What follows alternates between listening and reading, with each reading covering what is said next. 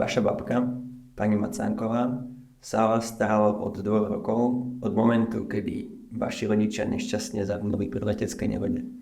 Aký bol váš vzťah s ňou? Bola úžasná. Ako ste sám povedal, starala som na celý život. Mali sme úžasný vzťah. Pomáhala som jej so všetkým. Proste, keď sme spolu celý život vyrastali, teda ja pri nej, tak normálne, že nemáme dobrý vzťah. Samozrejme. Mohli sme zisťovať detaily vraždy.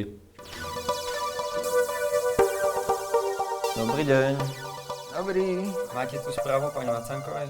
Pani Macánkovej, obeť v údere do zadnej časti hlavy utrpela zranenie a spôsobilo to pád, čo spôsobilo krácanie do mozku. Viete nám povedať, s čím bol ten úder spravený? Pravdepodobne nejakým ostrým predmetom z miesta činu, asi kameňom.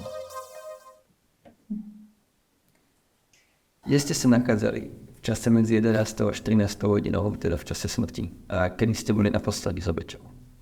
S babkou som bola v podstate ráno, áno, vlastne pomôcť niečo, a potom som išla do mesta kúpiť si nejaké oblečenie.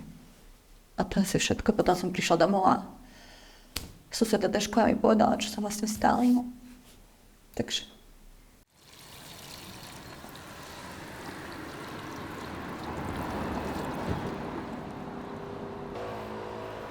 Dobrý deň, pani Držková. Áno. Môžeme sa vás niečo spýtať ohľadom vraždy pani Macánkovej? Aká bola jej reakcia, keď ste oznámili, že zomrela? Veľmi zvláštna. Najprv stala pozerať, potom ešte raz sa pýtala, že čo sa stalo. Celá sa klepala, bola vystresovaná, no ale určite nebola triezva. Pani Držková nám povedala, že ste v tom momente určite nebola v triezvom stave. Určite ste v tom momente sa nesprávala tak, ako keby ho zomrela. No, jasné, ona si nedala ráno lieky, lebo však Držková, bože, samozrejme, že som bola v triezvom stave, ja už nič neberiem dlhé roky. Nehovorím, že som nebrala, ale dlhé roky som čistá. Takže popierate, že v ten deň ste boli pod vplyvom hormónov? No jasné, že popieram. Neviem, či ste o tom boli informovaná, ale klamať mi výpovedí je trestný čin, ktorého ste sa vy práve dopustili.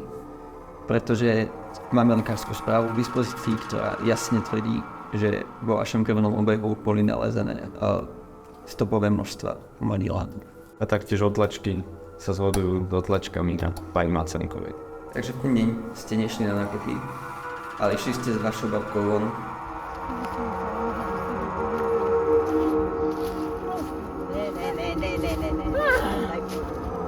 Neotravuj.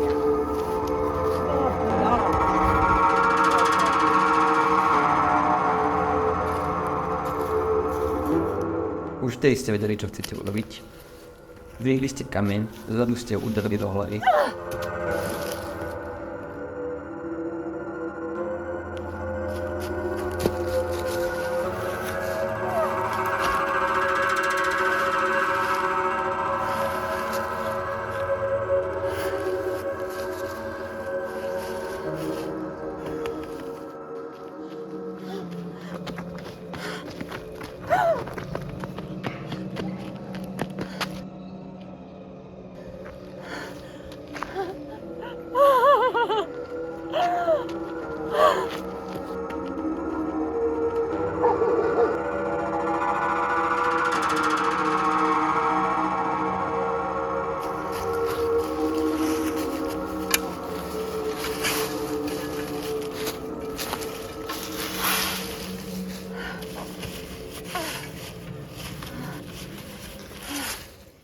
Prečo ste to spravili?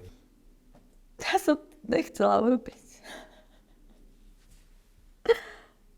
Ale proste